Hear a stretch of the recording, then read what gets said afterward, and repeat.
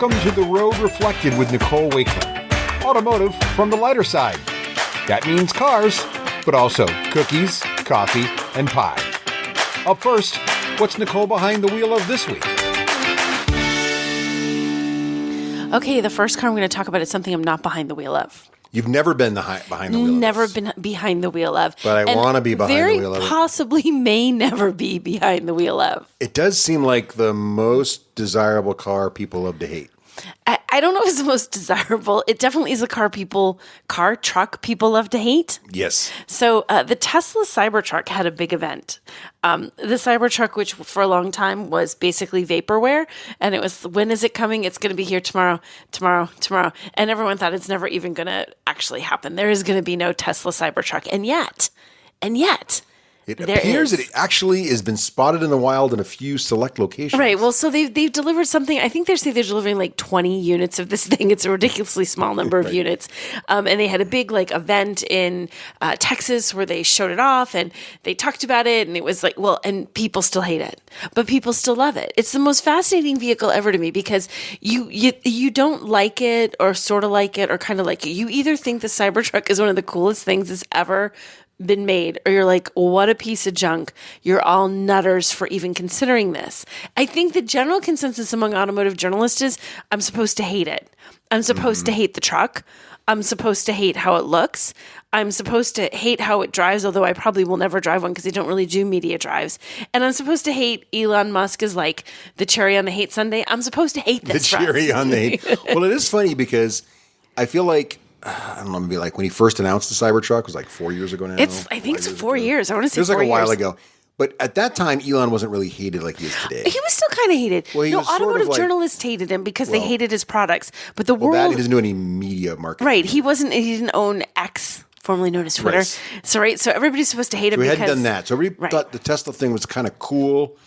But when they showed that, so even when everybody was sort of a Tesla lover per se, like the Tesla cars were cool, and everybody was admitting that Tesla is a pretty cool thing. When he first announced the truck, and there wasn't as much politics involved in the thinking, and just the fact that it was just a car company that was interesting, different, and new, and seemed to be getting along okay. Still, there was a lot of like, wow, that is very different. I'm not sure it was the public's different. ready And for if you remember from the reveal, they threw these giant, I don't know, they were size of like bowling ball things at the glass. Oh yeah, they had all kinds of gimmicks. Because he was saying like the glass was not going to break, and they threw it and it went ka-thunk in the glass. So they threw it again and it went ka-thunk in the glass. It's funny because that was like a big thing. Everyone's like, it's a flop. I'm like, okay, that was probably the most epic fail in a review ever. Well, their whole marketing scheme at Tesla is no real marketing, no real advertising. Instead, they create essentially viral videos of whatever. Like here's a Cybertruck pulling an F-150. They didn't mean to create that one. But even those are good. I mean, any publicity is good publicity, right? That stuff just spreads around. But either way, everybody hates like the automotive industry, like the journalists, all hate on it. They were just so hating on this. They reveal it and they're like, this is garbage, this is horrible. But you know what? Honest to God, look at the thing for a second. It's so ridiculous. It's so absurd.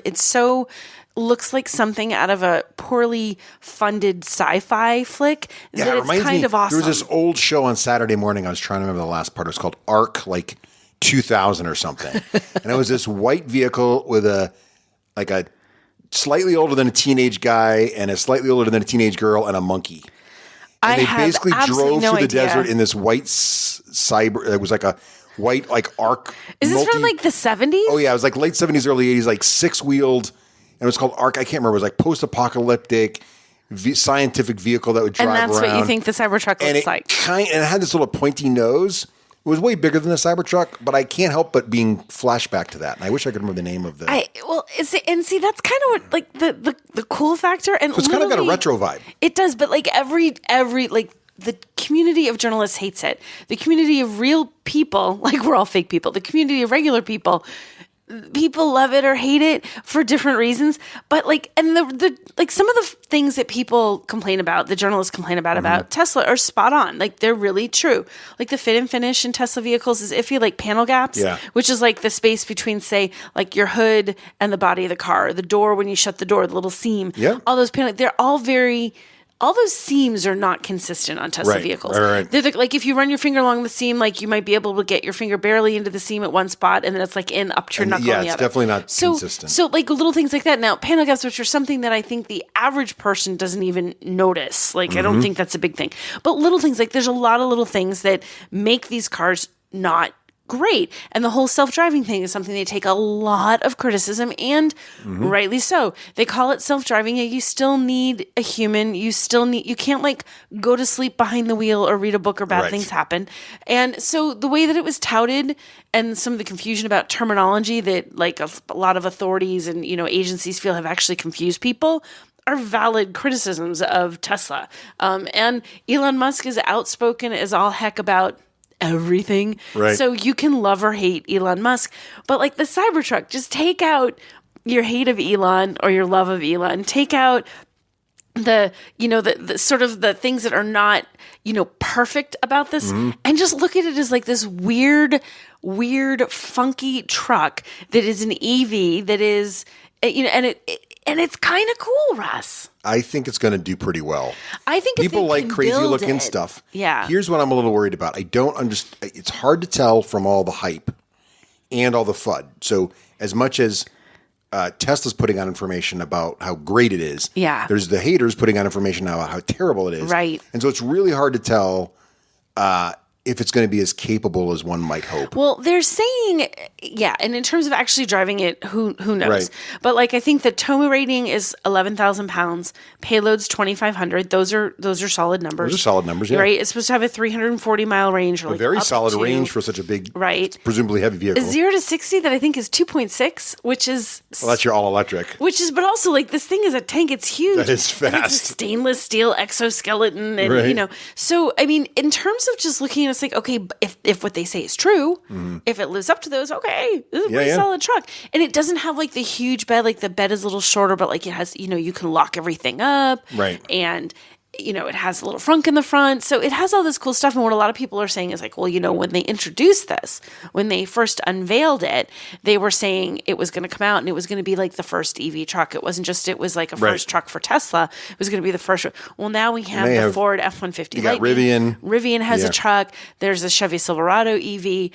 Ram is about to have its EV coming out. So like there's a lot of competition. But in the end, it's like, but there's... those trucks look like trucks, right? Slightly EV'd, right? This doesn't even look like anything else, and it's an interesting that's part choice of the lore of it. Because I think what made the initial Tesla brand cool was Tesla started making EVs that look like normal sedans.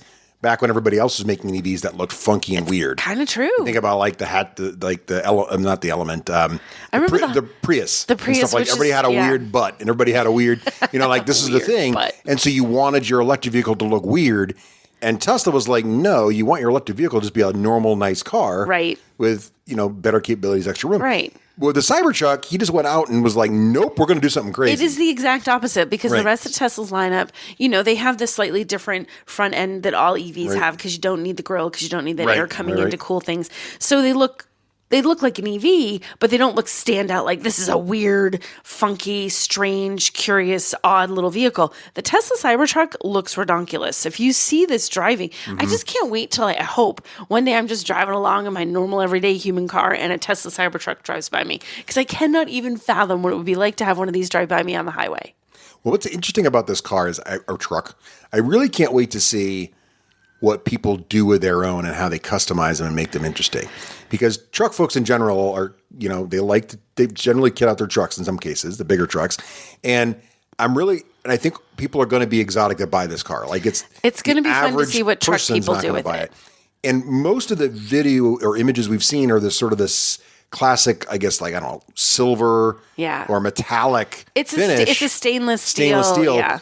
But people are going to paint that thing like midnight black with a Starfield on it. You're just waiting to see, right? Red with flames. And I just can't wait to see what people do when they start putting weird things on this or start putting weird cringy things in the It does in the feel cargo like if you're the space. guy or girl who's going to buy a Cybertruck, which looks weird and stand out there, right? It is attention getting.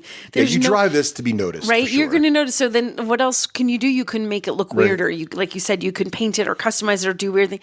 It is going to be interesting to see how many people decide to leave it alone and leave it as it's stainless steel, or like, I'm going to make this thing that's crazy even crazier. And it could be super cool.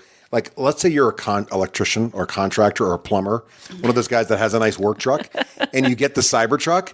Don't you think you'd get more work because people want you to see the Cybertruck pull up into your driveway so you can check it out? I'd promote it. You're like going to break your toilet just so you can call the plumber that has the Cybertruck the Cyber plumber's coming to save your toilet. Or the Cyber HVAC or Cyber Sewer. Ooh, Cyber Sewer. I have a new brand. Oh my gosh. The Cyber Sewer. I just think, like, can you imagine that though? Driving up and you just got your little logo that says like Bob's Plumbing on the side of your Cybertruck. If Cyber Sewage drove up into your driveway, all your neighbors would come out to look at it. Cyber Sewage guy would be like handing out cards. Like, it would be a thing. It would be a fun shtick. Your town would know who you are. Everyone would be truly. It's a contractor's dream. It could be. And what is the cab like? Have you seen any pictures of the interior? I've seen the interior is very Tesla-like. They're very So there's no minimalist. room for like a contractor, like a Ford Life-150 where you have the tables. No, they don't have this. They don't have that kind of funky stuff. He has for cool entertainment stuff. Like, I forget what he calls it. It's like like he wants to be able to sit there and watch movies while you're charging your vehicle, kind of thing. And there's a screen in the front, like the infotainment screen, the main screen, and then there's a little small screen on the back of like the center console that looks kind of cool. But it's not like the interior is not this luxurious, beautiful, I'm going to make a prediction. Interior. What? Here's a prediction. I think the Cybertruck is going to have the same problem the Honda Element had. It's so weird. So no, the Honda Element was a weird vehicle. Yeah, I love the Element. They marketed it incorrectly. So they marketed the Element right for like young, hip 20-somethings who want to go surfing and stand up through the rear sunroof and like change their wetsuit or something. But who loved it were people like us who had a young family, and the thing was all rubber and it had the ambulance seats. You could just hose the thing out. It was awesome. I feel like the Cybertruck's better for contractors, but Elon's making it for like just. Well, I think the problem is because Jeep, it's an EV. Grand Wagoneer like, people. not everybody's ready to buy into an EV. Right. It does start at like $61,000. So you can't get like a work truck version. Like, you can get work truck versions of other trucks. So, and there's reliability issues, and every minute you're down as a fleet, you're bleeding money if you're a company and your fleet reliability is a doesn't work. thing. And that's but the big saving question. on gas is a huge thing. Yeah, but if you can't get to your customer, that's worse than just paying a little bit more to get there. True. Well, it's going to come down to reliability. Yeah. I think that's more important than fit and finish. Although most Teslas are pretty reliable. They are, but like, there's all these questions. If you have this in your fleet, how's it going to do? How versatile is it going to be? Is it going to do what it's supposed to be? But either way, I think it's ridiculous and wonderful that they're building it. Hey, everyone, if you like what you're hearing, then go ahead and hit that like button and subscribe either on YouTube or your favorite podcatcher. Yes, positive reviews are preferred. Positive reviews are preferred. So now we're going to talk about a truck that I actually did drive, that actually everyone does love, and that is really out there in vast numbers and many trims and is like a traditional truck. Yes. So this was the 2024 Toyota Tacoma, fondly known as the Taco. My favorite nickname in the industry, quite frankly. Although it makes me hungry. Yeah, it does make me hungry, even though it's like first thing in the mornings recording this. Now I want a breakfast taco. I want a breakfast taco. A breakfast taco. So you can't have a breakfast taco, but you can have a Toyota Tacoma. So the Toyota Tacoma, all new. This is, I want to say, the fourth generation. Oh, I forgot the generation. I believe it's fourth of this truck. So they've redone it, which it desperately needed. So the Tacoma, I'm calling it the Taco. It is the Taco. I know, but I want to call it the right thing. Everybody knows what you're talking about. So the Tacoma It was just featured in the Blue Beetle movie, and they called it a taco there, too. Because that's its nickname. Because it is. That's what it is, That's right. its beloved nickname. It had a cool role. It was almost like an extra character. It almost was an extra character. So the thing about in this fourth generation, the thing about the Tacoma is that it really needed updating, even though it was still a pretty strong truck. It's just really dated in a lot of ways. So they've done a lot of things to update it. It looks different, drives different, new powertrains, new style, new trims. There's new everything with this. And this is a mid-size truck. This isn't a full-size truck. So it's like truck light. And this is sort of my favorite size of truck, because I feel like large trucks, Itty bitty truck, not itty bitty, mid-size, mid-size compact truck. So the thing is that, like, sometimes you want or need truck capability, but you also don't need giant truck capability. Well, sometimes you want to be able to park it. Right. And that's the challenge. Like, if you have a smaller truck like the Tacoma, you can actually take it into a city and not feel like you're going to sideswipe other cars and not feel like you're never going to find a place to park. Larger trucks can be a challenge in big cities. They just are. Yeah. They're challenging parking lots where parking is, scarce. They're a challenge in parking garages. So I kind of like the midsize truck. I mean, there's a real reason for things like the Toyota Tundra, those kinds of things, like bigger trucks, but smaller trucks have their place. So I like this. So there are a lot of choices, like a bazillion configurations, which is a truck thing, but more again, a big truck thing. This for a smaller truck, you can have, there's 2 bed sizes, 2 different cabs, rear wheel or 4-wheel drive. There is an 8-speed automatic transmission or a 6-speed manual. There's gas and hybrid engines with varying amounts of Because power. why not? Have it all. Why be forced to settle? Right? And that goes across 8 trims in total. That's a lot of trucks. Right? That's a lot of different configurations. And not every trim comes with every configuration. Sure. Not every engine can do this, the manual versus the automatic. But still, like, you can find a version of this truck that is absolutely perfect for what you need. Yeah. Which is kind of neat. That's sort of like a cool truck thing. And there's tons of aftermarket too. People love to trick these things out. Right. People can trick stuff out. In fact, they had one on display at the first drive that was their, excuse me, that had all the aftermarket stuff on it that was totally tricked out. It has these crazy cool seats that have, carbon fiber in them, and they can adjust. It's like, they look like shock absorbers That on seems the amazing. back of the seats. It's ridiculous. I want that one. That's ridiculous. You don't need that one. No one needs that one. 3 people in the entire planet actually need that one. I need it. But if you want it, you can have Yes. it. So these really funky, cool seats, right? So there's all this neat stuff that you can do. For engines, there's a 2.4 liter 4-cylinder, there's gas and hybrid, and they have varying amounts of power depending on the configuration. So like I said, 8 different trims. So you have a lot of different variations that you can get here. The base engine is 228 horsepower, but as you climb up there, the top hybrid trim is 326 horsepower. Ooh. So you got a pretty good range, right? That's some juice. Yes, and they drive nicely. I drove different configurations of this. They drive really well. I mean, it has plenty of power. It has plenty of oomph. It gets you going. It's very capable off-road, and it's very comfortable on-road, which is kind of one of those tricks of engineering that very often vehicles feel off-road focus, feel so off-road that you take them on the highway and they're miserable and bouncy, or vice versa. You just have something that is so tuned for on-road that even when you drive off a dirt road that a Camry can handle, it's like, it loses its mind. Right. So but I like how this is done. It's done really nicely. It's capable. It's powerful. They took us on this off-road course. Okay. And you get the coolest drives. Well, it's fun when there's some kind of genuine off-road capability, because they will take you on something where it's like, okay, we're going to let you test it. And they aren't necessarily huge, long drives, but they'll have, like, in the midst of being able to drive all the different trims and being able to see how it drives on road and straight roads, on highways, on twisty roads, they'll give you a little off-road course, but they set it up so you get a lot of different types of off-roading in a very short time frame. So, something in the real world you'd have to do miles and miles and miles and miles to get, you can get it in half an hour of driving in a course that they set up for one of these. So one of the things that they had set up, they had really steep hills to go up. They had really steep back down the other side. But they have like a crawl control kind of thing, which lets you basically think like cruise control for off-roading. Right. Just like fixed speed, really slow. So it keeps the speed slow. It's not like you're going 50. You're going like 5. Right. You don't want to be going 50 down. I mean, maybe but you want to. But you can't accidentally start rolling on the hill too fast and then hit a big rock. Right. So what this does is and you can adjust your speed like up and down, like by like I think it's literally 1 mile per hour at a time. Right. So you can adjust it up and down. But what it does is it lets you steer. So you're focusing on steering as you're looking at the bumps and you're looking at the rocks and you're looking at, and it's managing the throttle and the brakes so that if it feels like it needs to slow down, it slows it down. So it reads all this, which is just amazing. That's cool. That a vehicle can figure out the stuff that you would normally be figuring out. And it does make it much easier if you're in terrain that's challenging. You're focusing really on one thing instead of focusing on 2 things, which is good. But here's the thing. Lots of vehicles have this kind of technology. They're off-roaders. Yeah. It's not unheard of, right? But the thing is, when you use it, and I don't even know that you've ever really heard this kind of tech. I don't know if I've used it in a car that we've been in. But when it works, remember ABS brakes, analog brakes when they first came out, and when they were braking, the noise was horrible. Like it would sound like the car was broken, right? It was awful. Yep. Well, think about that. When this works, because it's of how it's braking, they sound terrible. Oh no.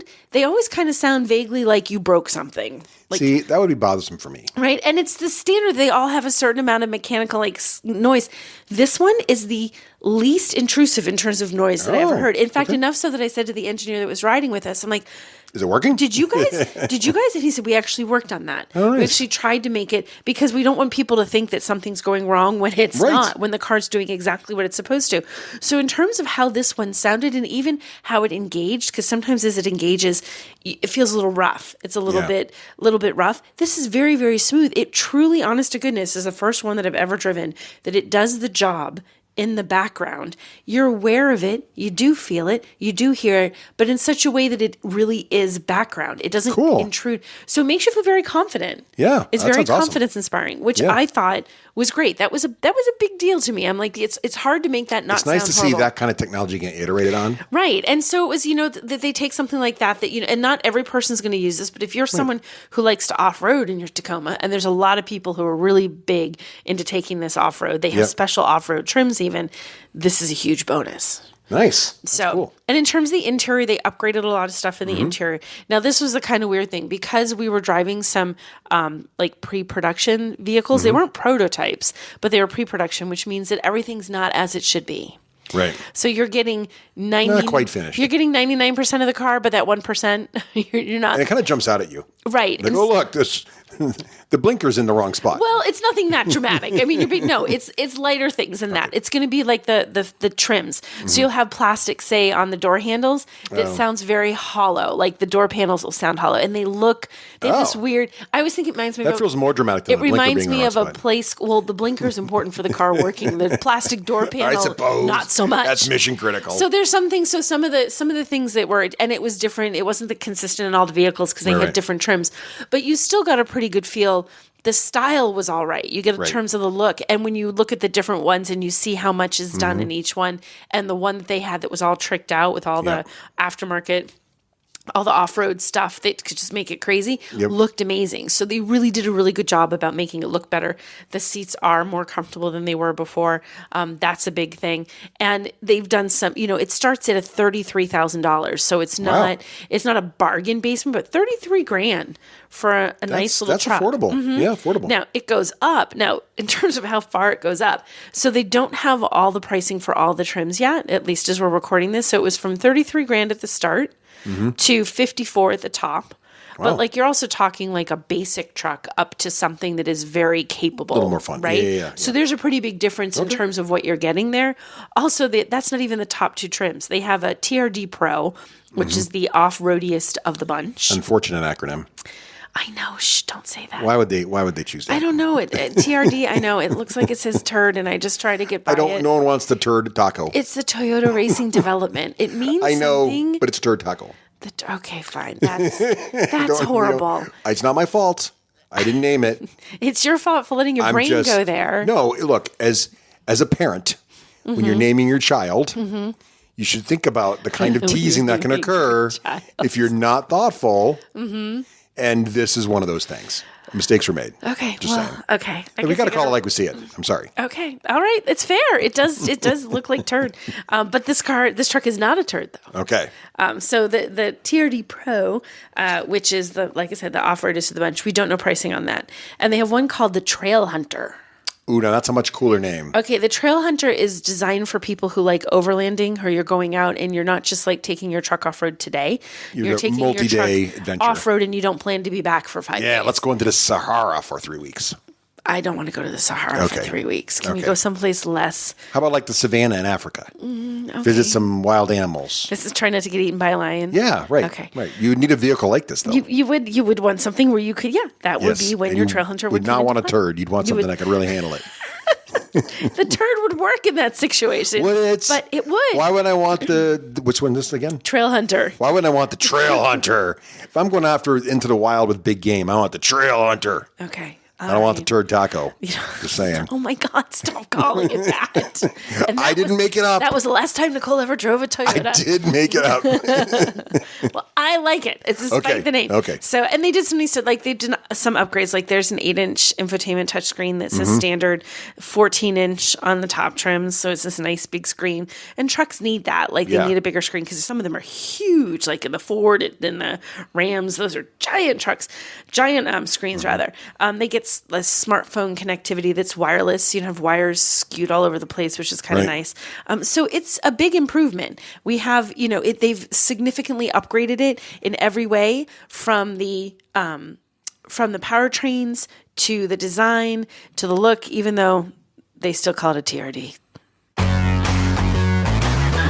Hey, wait, did we just drive by a bakery? Okay, so we did not drive by a bakery. We actually were seeking out bakeries or very specific foods. We were on a trip, and we were in the UK. We were. So when you're in the UK, one must... London specifically. Pip, pip.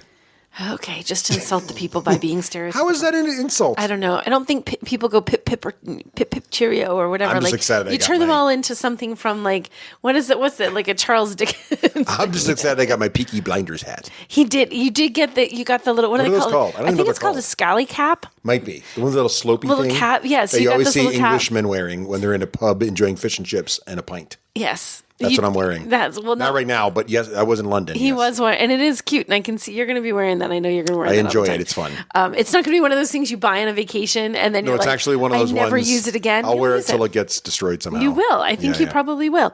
So we were in London, and as I was wandering about, one of the things I really love about London is that, or England in general, scones.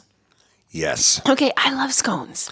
Scones are a legitimate baked product. They're really, really good. In the U.S., scones are generally garbage. We don't make proper scones in the United States. I can't figure it out why. What we call scones, I'm not even sure those are scones. They're first of all, they're much sweeter. Like we tend to make scones that have like sugar crystals on top and chocolate chips in there, and or like cinnamon with a cinnamon caramel. Also, what's up with the triangle shape? I don't know. We always do They are in the triangles. U.S. We do triangles.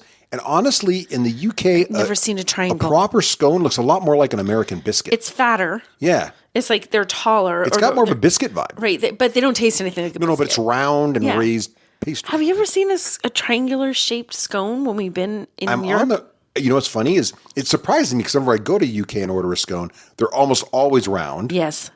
Which is shocking as a U.S. person. Because they're never round. It's almost as shocking as a biscuit shaped like a cookie. But it's weird because I think I don't know why we make our scones triangular. I don't know if it's a good point, but we do always seem to have triangular scones where they have round scones here. I don't know if that's universally true. I don't know. Yeah. But they taste, aside from the shape, which I guess it could taste the same no matter the shape, or probably not, because that affects how things bake sometimes.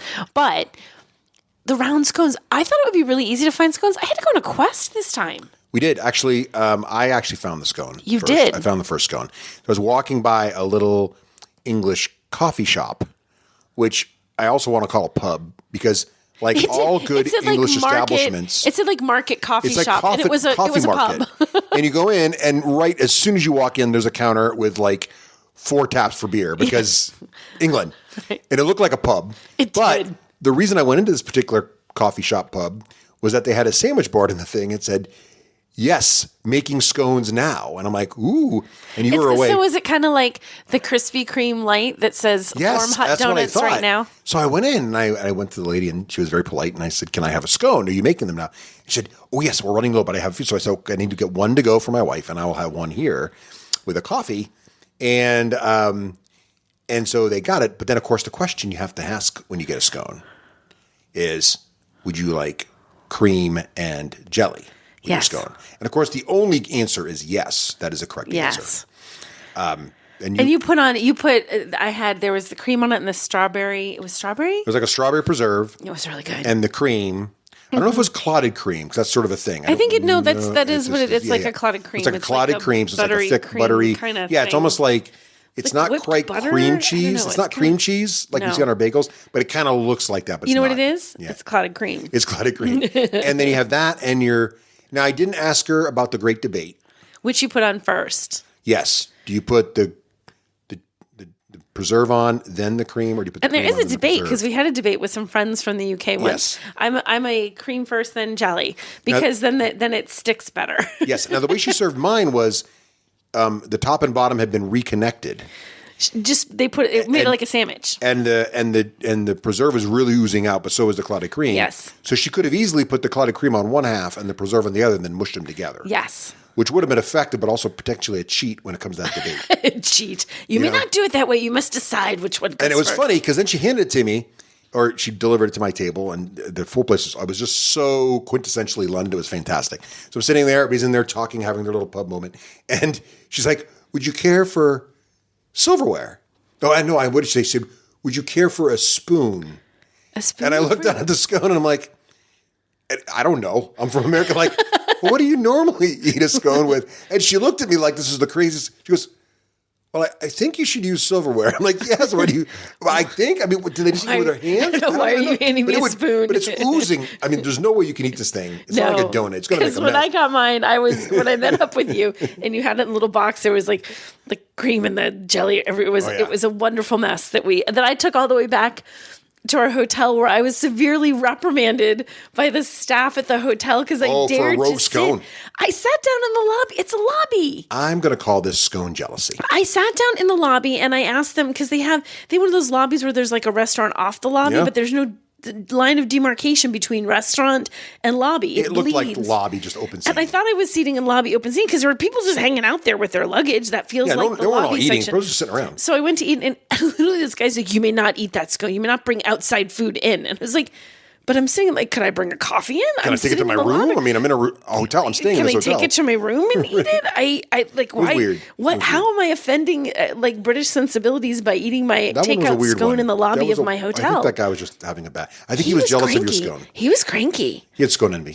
Maybe he had scone envy. That could have been it. But it was delicious. And I finally got my scone. I literally had gone to like half a dozen places that said they had scones, and the scones were sold out for the day. I'm like, Scones are apparently very popular. Or they're not popular and they only made 3. Or maybe we're making the U.S. citizen mistake of looking for them in the morning and more of an afternoon tea situation. Oh, should I be looking in the afternoon for tea? Yes. Is it a timing issue, Perhaps maybe? it's an afternoon tea thing. Maybe it was a timing and not a issue. morning breakfast treat thing. It was really good, though. And it was nice. We're thinking of like, it was so Danish good. and stuff. Although I did get one final scone on my way out, and of all places, the lounge at the airport, because we got trapped in the giant snowstorm that like closed down Shut down Munich and much of Europe. Yeah, like so Bavaria. it caused some chaos for some folks, but we just sat in the lounge, and we were there so scones. long. They brought out that I'm like, tea time, yes. And well, they it was brought the out scones. Lufthansa lounge, which is German-based, but of course we're in London, so they had to have a little tribute. It was like a little cart. And they had a little like high tea cart. A little cart with like pink flowers on it, totally not in keeping with anything of the brand. Nothing to do with Germany, but it was a wonderful little slice of England. Little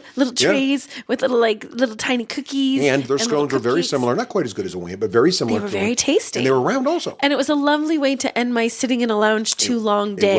With a little scone as we headed off for Zurich. Everything is better with a scone. Everything is better with a scone.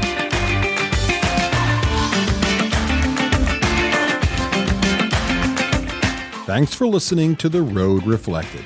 To follow more of Nicole Wakeland's adventures, head on over to NicoleWakeland.com. There you'll find links to her social media from TikTok to Twitter, as well as her work across a wide range of media outlets. Until next time, keep it shiny side up.